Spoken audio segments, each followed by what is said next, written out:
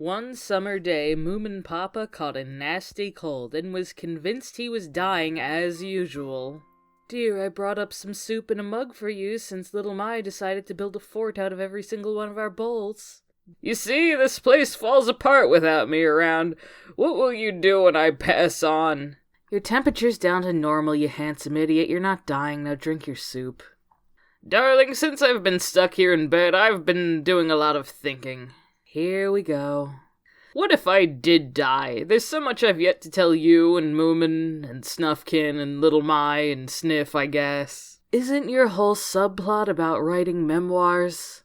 Yes, but it's so abridged for a mass audience. Philly Jonks replacing Hemulins, Hemulins replacing Philly Jonks, saying I was absolutely a nom even though I was a draft dodger. I want our kid and our kids by proximity to know the real story. Yeah, okay, I'll send little Mai out to gather everyone. It's not as if anyone has anything better to do. Sniff, get out here. Moominpapa's dying. What? Bye. Snufkin, my love. Still haven't looked up our family tree, huh? Yeah, you're my adopted brother, so that makes it not weird.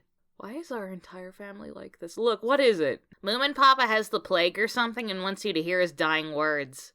Okay, I'm here. Little Mai told me you were dying. And she told me that adopted siblings marrying each other isn't weird. I told you, Little Mai, it's step-siblings marrying each other that isn't always weird. I mean, if two divorcees get married and they both have 17-year-old kids who are now constantly seeing each other, I mean, what are you going to do? Tell them not to act on primal urges? Telling two sexually active teens that they're suddenly siblings doesn't make that go away. Anyway, Moominpapa isn't dying, and Little Mai is a compulsive liar. Alright, dear, tell them about your wild party youth. Papa, I'm like 20, and you're just now telling me anything about your childhood? Well, better late than never. Moomin, when I was younger, I used the exact same design looked exactly like you. You look just like me now, except bigger with a tinge of gray. And oddly enough, I had two friends that were a lot like Snufkin and Sniff. Wait, how did I get here? I've been losing long tracks of time. Now let's make things all woogly and tell you the story of my early life.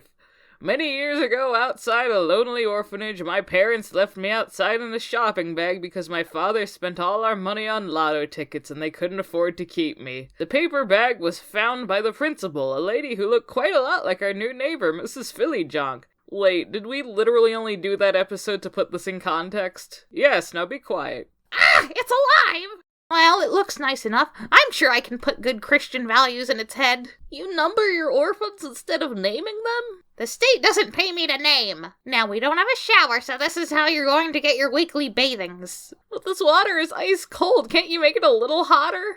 Of course not, number 13. That's the devil's temperature. She bathed me in cold water, all our meals were cold, we had to pray for 10 minutes before going to bed. Come to think of it, she also acted a lot like Mrs. Philly Jonk. Everything was a sin. God that, blessed mother this, get up to attend 6 a.m. mass and then 10 a.m. mass. Is that why you have such an aversion to organized religion? No, I can't see any correlation there. So one day, after falling into a freezing lake nearby, I just couldn't take it anymore, and I ran away looking for any sort of warmth, physical or metaphorical. Turns out I just had to wait for spring, but I had already run away, so what are you gonna do? Oh man, that is a sweet leaf water wheel. That's not a water wheel, young man. Oh my god, you were literally 3 feet in front of me. I am lucky you weren't a serial killer. You're not, are you? Not so far, and this sweet leaf thing is an important experiment for the boat I've built. A boat? Like Noah's Ark? Not at all, that's a bunch of made-up stories used to tell people how to live before murder was generally looked down upon. I've never seen a non-Christian boat before. Well, it's your lucky day, kid, come on. My name is Samuel Fredrickson, what's yours? Moomin. Ah, named after what you are, like all my friends. In hindsight, I really should have questioned the man in a purple onesie with patches on his butt who seemed really eager to invite me to his boat a lot more, so I really lucked out in the whole him not being a felon department. There she is! Wow, what a boat! You could survive an apocalypse flood on that thing! Now, where's that Fuddler? Fuddler! I'm here! Moomin, this is Fuddler. Glad to meet you, Fuddler. Wait, Fuddler? My brother? He couldn't have even been born yet. No, not your brother, Sniffy was your father. His name is Muddler. Well, look, I made a very bad typo and it's going out like that. We can't fix it now. Anyway, I guess Muddler in his youth didn't so much look like you, but you remind me so much of him, and he sounded just like you, or at least he will in the next two parts. I don't know why he sounds different here. It's weird, right? This is the bridge, Moomin, where you steer the ship. Hey, there's someone in here. God damn it, that's my friend Joxter. Joxter, didn't you see the no admittance sign? I don't understand signs.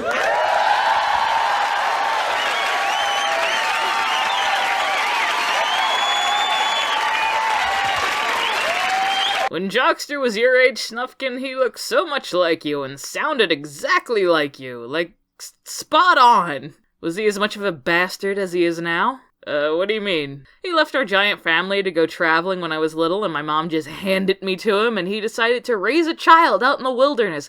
Then after 3 years, he realized that was a stupid as shit idea, so he abandoned me on my incompetent mother's doorstep when I was 7 with a note pinned to my chest that said, "I just can't do this anymore." After Mimble Jr. and Little My being the only ones that gave a remote fuck about me, not being nearly enough, I ran away when I was 9 to become a forest hippie, and then I joined a cult. I hope he's proud. Snufkin, are you okay? I think we've established that I am not. Look, I'll talk you through that whole can of worms later. Anyway, what's the name of your ship, Mr. Fredrickson? The Millennium Falcon. No, the Century Sparrow, then. And how are you gonna get it in the water? Oh man, we're really stupid. We didn't think of that. Don't worry, I have a plan. You don't have a plan, do you? Nope. Maybe we'll get lucky and a Godzilla will bathe in the river and flood it. Oh my god, would you look at that. What the hell? You just straight up forgot about me. Sammy, you said you were gonna ditch Muddler. Damn it, he caught up to us. Hold on, Muddler. We'll get you and your big, dumb, stupid can out of the stupid water. You were planning on letting my dad die? I wasn't. Fredrickson and Joxter were. Well, I guess my dad had one good idea. Anyway, we sailed past Nessie and into the sea, and all was well until... Look, who's that over there? It's the Groke. What's the Groke? Either a metaphor for numbness and depression or a metaphor for systematic oppression, depending on the story. But literally, she's a monster that freezes everything. I hear there's a budding cult of people down south that have started worshipping her. Wow, those people sound like complete morons. It looks like she's chasing someone. What a shame. Too bad there's nothing we can do. I believe all life is precious. Help, it's so cold. Oh god, is this what I've been doing to people? Quick, jump in this hard metal can. It will save you with minor spinal injuries. God forgive me, I regret everything. Bitch. And so truly began my adventures, and the first of what would become many rescues. Who was the lady you saved? Why, it was the principal of the orphanage. You mean she hasn't been written out? Seems she was out looking for me, not realizing I was 18 and had grown out of the system. You know, come to think of it, that orphanage was in the middle of a forest, and not once in all my years did I see any parents-to-be come in and adopt any of the children. I feel like I should have questioned that more, too. There you are, number 13. Oh, Christ on a cracker, it's the principal. Why didn't I listen to Joxter? Really, how bad could she be? Number 13, how could you have fallen in with these devil-worshipping heathens and taking the Lord's name in vain like that? They're my friends. I think they're just a band of burnt-out hippies. Hippies?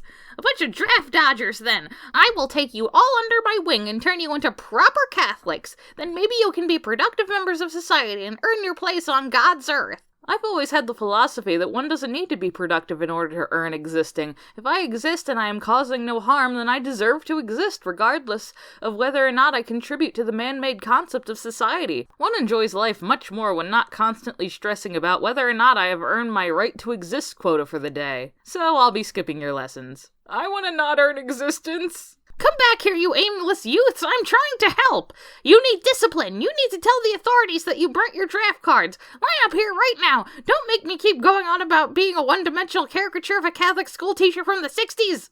And you're absolutely positive this has nothing to do with your aversion of organized religion? Pretty sure. Well, I have Mimble Jr.'s therapist's phone number if you ever want it.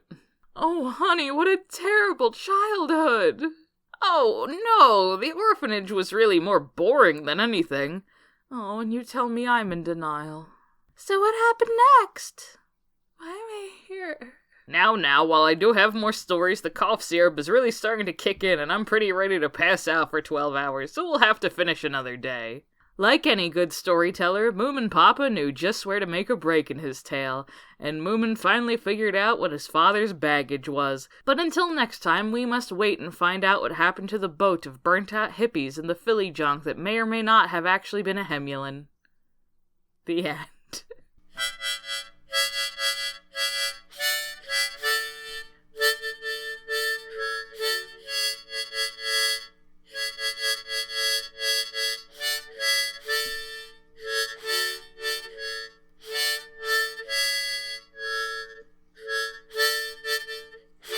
Oh god, this song doesn't let you breathe.